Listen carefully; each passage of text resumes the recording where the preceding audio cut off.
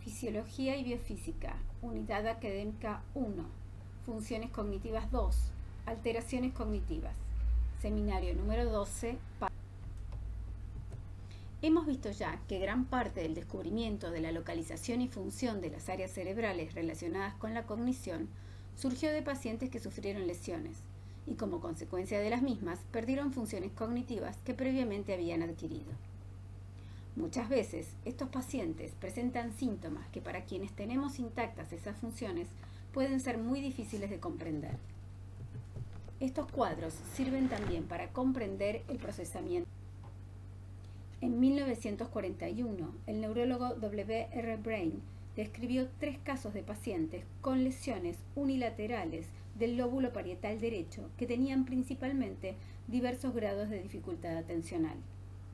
En la década del 40, Alan Patterson y Oliver Sandwill definieron el efecto de las lesiones derechas, y en la década del 60, el propio Sandwill junto a John McPhee describieron la sintomatología que provocaban estas lesiones.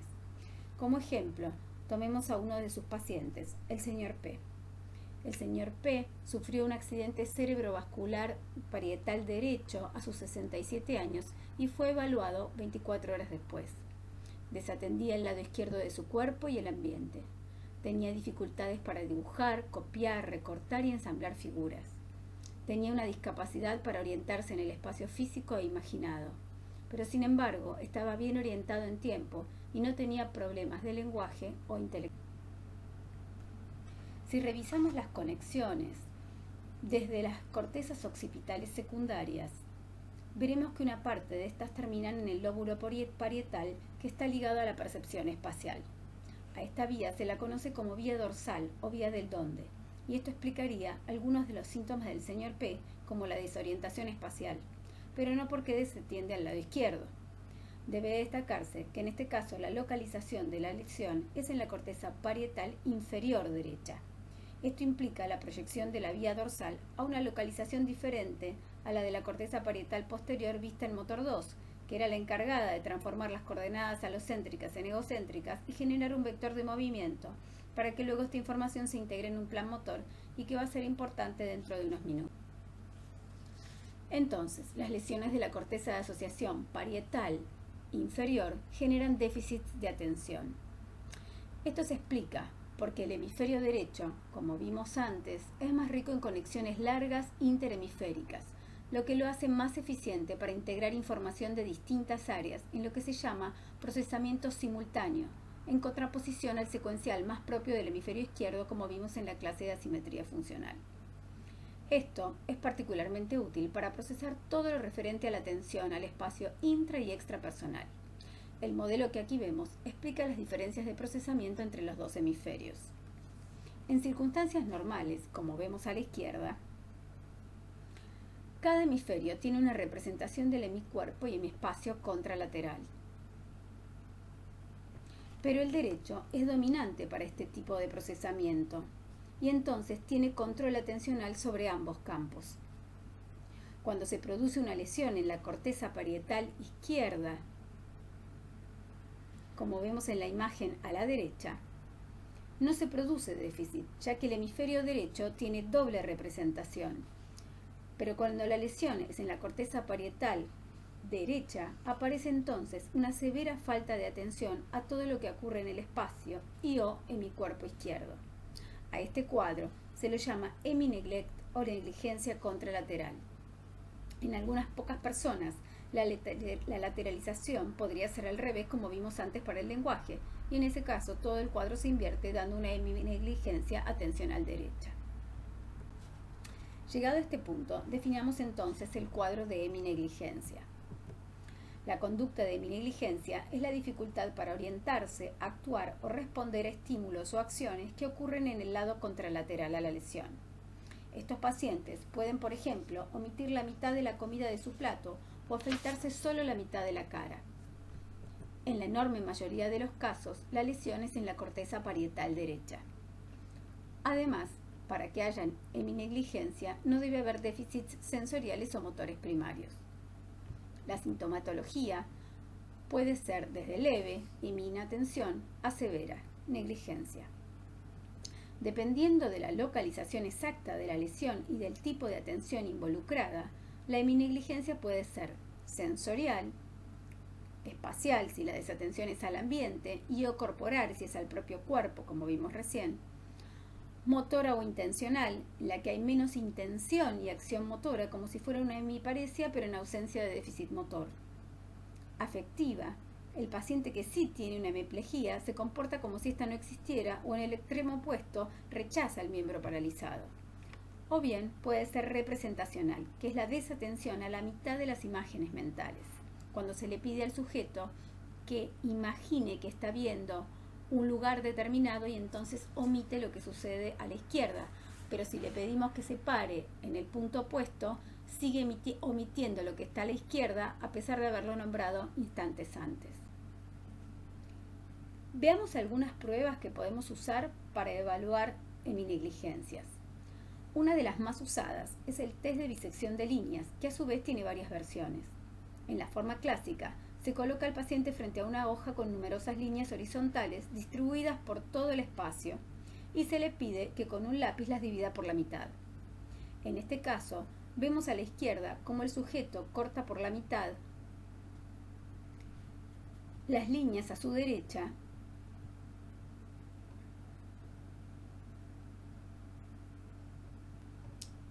pero omite las que están a la izquierda. Incluso cuando la tensión es máxima a la derecha, puede omitir líneas que están en el lado derecho de la hoja, pero a la izquierda de su campo visual, como vemos aquí. Un posible recorrido de la tensión de este paciente podría haber sido el siguiente. Comienza por aquí, omitiendo todo lo que está a la izquierda, incluso llega a biseccionar esta línea, luego sigue por aquí, empieza a subir, pero como su atención está aquí, omite lo que está acá a la izquierda y termina más o menos por aquí. Esto que parece tan raro es porque esto es un trastorno de atención, no es un trastorno visual. A la derecha vemos otra prueba clásica, que es el dibujo tanto espontáneo como la copia.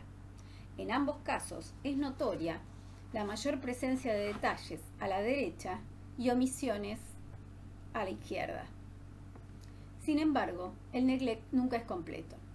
Aquí vemos, por ejemplo, que algunos elementos están presentes a la izquierda, producto de conductas altamente automatizadas, por ejemplo, el círculo del reloj o el óvalo de la cara, que se iniciaron hacia la derecha y se completaron automáticamente.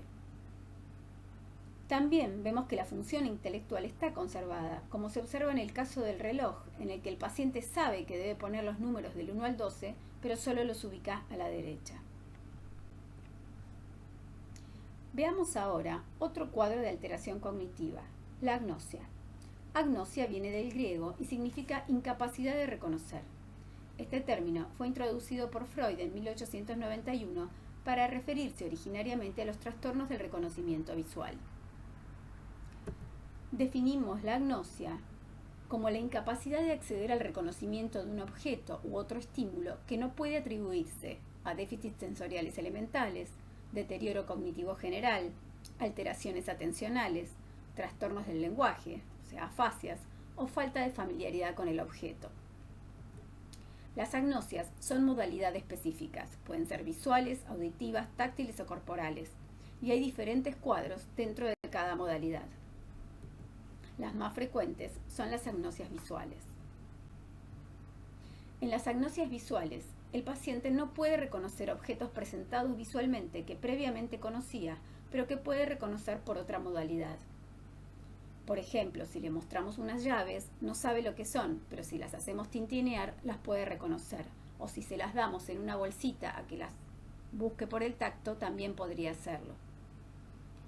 Se producen por lesiones que conectan áreas de procesamiento sensorial primario con las de procesamiento cognitivo superior. Un caso célebre de agnosia visual es el del Dr. P, descrito por Oliver Sacks y que da nombre a su imperdible libro El hombre que confundió a su mujer con un sombrero.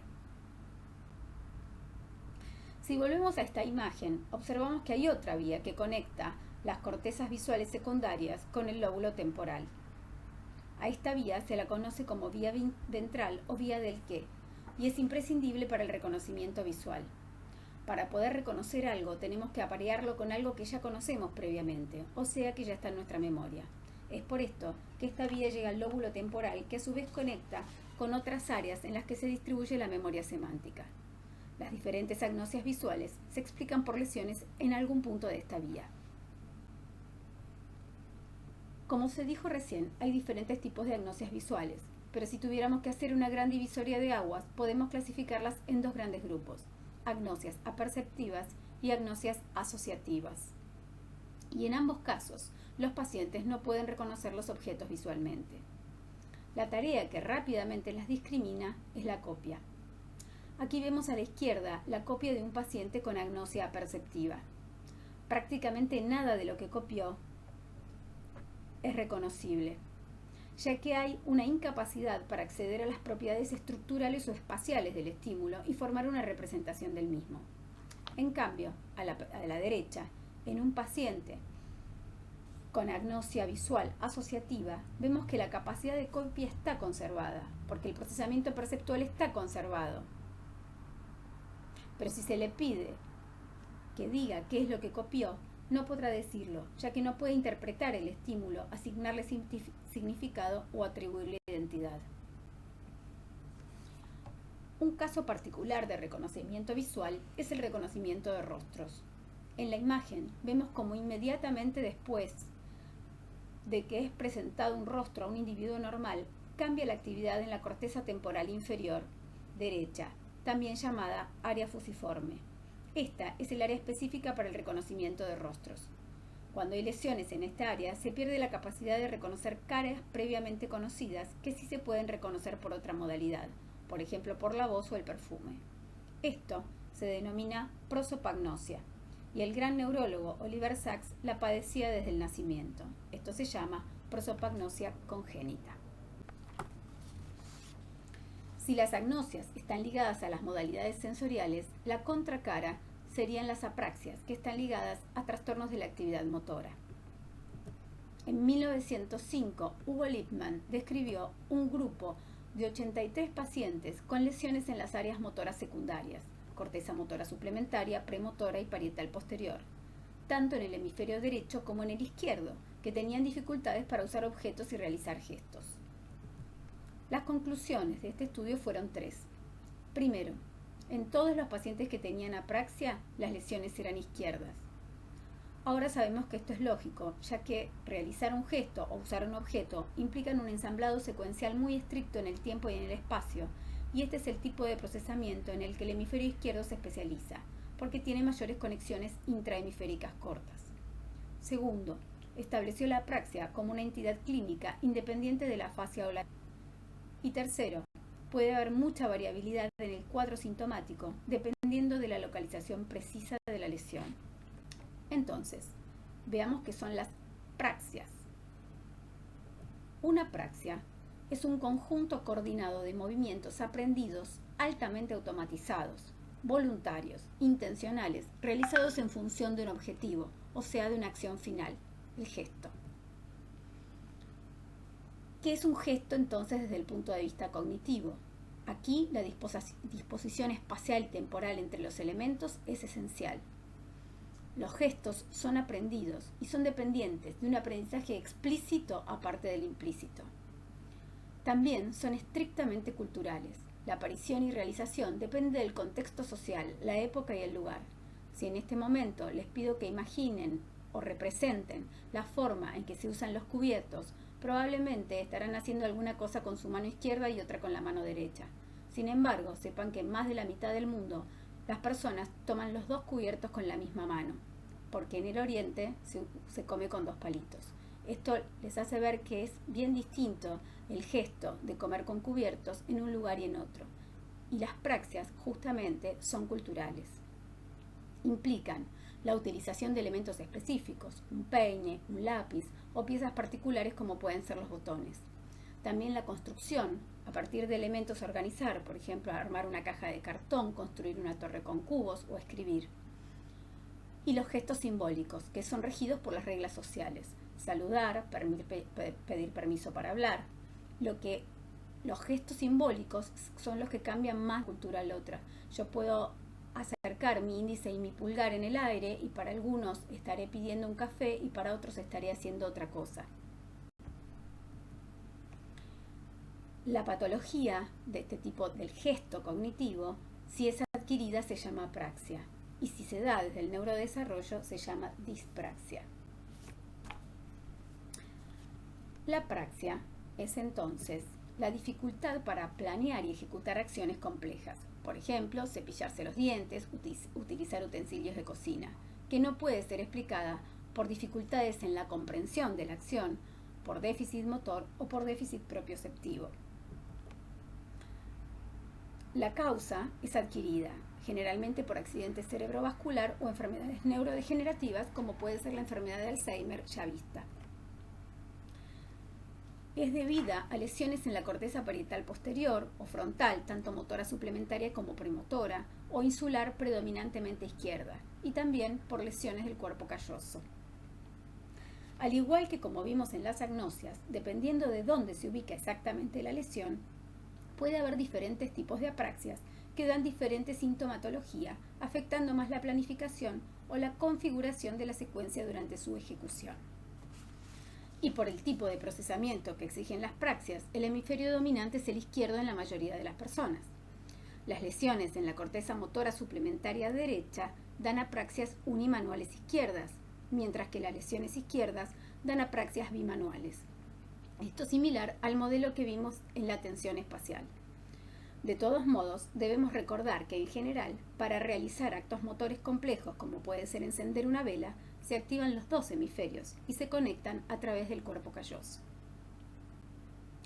Hasta acá hemos visto patologías en las que determinada área sufre una lesión y a partir de ahí se pierde alguna habilidad previamente adquirida. Pero ¿qué pasa cuando en realidad la alteración cognitiva se da por la alteración en la regulación de un circuito? No hay una definición única o totalmente precisa sobre qué es la motivación. Pero podríamos decir que sucede cuando ante un estímulo sobresaliente, ya sea interno o externo, el sujeto emite una conducta determinada. La motivación nos hace más permeables a determinados estímulos, incrementando nuestra atención y sensibilidad, y a su vez gatilla, guía y modula determinados comportamientos para obtener recompensas. Estas recompensas pueden ser más de tipo biológico, por ejemplo comida, o de tipo social, por ejemplo el prestigio, y pueden ser recibidas a corto plazo, ser inmediatas, o a largo plazo, diferidas. La motivación puede modular procesos cognitivos como el aprendizaje, la memoria, el rendimiento intelectual y la toma de decisiones, pudiendo incluso anteponerse a demandas biológicas. Por ejemplo, podemos elegir no comer a pesar de tener hambre o no dormir a pesar de tener sueño. Veamos entonces cómo funciona el circuito de la recompensa en un cerebro de rata. Cuando algo genera placer, el área tegmental ventral libera dopamina hacia el núcleo accumbens, área relacionada con la percepción del placer. La corteza prefrontal, sobre todo el área órbitofrontal relacionada con la conducta de búsqueda y la toma de decisiones, y en menor medida hacia el hipocampo, que participa en la consolidación de memorias, y la amígdala, formando asociaciones entre el estímulo motivacional y estímulos neutros asociados al evento. Y estas áreas, a su vez, aumentan su actividad. Cuando el estímulo es novedoso, la actividad es mayor, pero a medida que el estímulo se repite, disminuye la liberación de dopamina. Este mismo circuito, si se refuerza de manera patológica, genera adicción. ¿Qué pasa en la adicción? Veamos ahora un cerebro humano. La adicción pasa por 3 fases. Las sustancias o drogas adictivas activan entonces la liberación de dopamina desde el área tegmental ventral a las regiones que mencionamos antes. La amígdala y el hipocampo son lugares clave para que se establezca la asociación entre los estímulos y sus consecuencias, dando lugar a un aprendizaje condicionado. Cuando la exposición repetida a la misma droga, las neuronas van dejando de disparar en respuesta a la propia recompensa y comienzan a hacerlo ante los estímulos condicionados asociados, por ejemplo el ambiente, las personas acompañantes, la situación, etc. Estos empiezan a ser señales que predicen la aparición de la sustancia o droga. Las oleadas de dopamina y la activación del núcleo accumbens y su proyección hacia el área orbitofrontal generan entonces la conducta de búsqueda de droga y la intoxicación o atracón. Esta es la primera fase. El tema es que las drogas adictivas, por la forma en que actúan, impiden la saciedad que sentimos naturalmente luego de una cierta cantidad de estímulo y recompensa, y entonces la conducta no disminuye. Con el tiempo, el circuito se adapta y empieza a liberar menos dopamina. Entonces, se entra en la segunda etapa. Por un lado, para sentir el mismo efecto, habrá que aumentar cada vez más la dosis a medida que el circuito se vuelve a adaptar. Esto se denomina tolerancia. Por el otro lado, la remodelación del circuito rompe el equilibrio con el sistema llamado antirrecompensa, que se da entre la amígdala y el prosencéfalo basal, siendo las dinorfinas los moduladores. Este circuito se vuelve entonces hiperactivo y genera un estado negativo con sensaciones de inquietud y ansiedad llamado disforia. Esta es la abstinencia. Entonces ahora el adicto necesita la droga no solo para sentir la sensación de placer, la recompensa, sino también para evitar las sensaciones negativas, la disforia. Pasamos entonces a la tercera fase de preocupación y anticipación. La modulación alterada en las vías dopaminérgicas y glutamatérgicas de las regiones prefrontales generan cambios plásticos a nivel de las funciones ejecutivas. Esto afecta la capacidad de autorregulación. Aunque los adictos genuinamente quieran dejar de consumir, no pueden inhibir la conducta impulsiva. Se modifica también la atribución de relevancia. Las recompensas naturales son menos fuertes que las que genera la droga. Y la toma de decisiones, por ejemplo, perdiendo su dinero, su trabajo o sus relaciones. Se pierde la flexibilidad en la selección de estímulos y se persisten los errores. Todo esto se pone de manifiesto en la preocupación y anticipación casi constantes por conseguir la droga. Estas tres fases se retroalimentan en un círculo vicioso que es muy difícil de romper desde el punto de vista neurofisiológico. Es por esto que la rehabilitación de adicciones es una de las áreas más difíciles dentro de la psiquiatría. En resumen, hemos visto que las alteraciones cognitivas pueden surgir a partir de lesiones en áreas específicas. Caracterizamos un modelo de procesamiento de la atención en el espacio, lo localizamos en la corteza parietal derecha y vimos la heminegligencia contralateral como su síndrome asociado y cómo evaluarlo. Definimos las agnosias y describimos las agnosias visuales aperceptiva y asociativa y su relación con la vía de reconocimiento de objetos. Precisamos la prosopagnosia como la alteración en el reconocimiento de rostros y la localizamos en la corteza fusiforme. Definimos las praxias y su patología asociada, la apraxia, localizándolas en las cortezas motoras secundarias y parietal posterior del hemisferio izquierdo. Vimos el circuito de la motivación y recompensa y cómo una alteración en la regulación del mismo puede llevar a la adicción. Con esto damos por terminado el seminario 12, que junto con el seminario 11 dan término a las funciones cognitivas.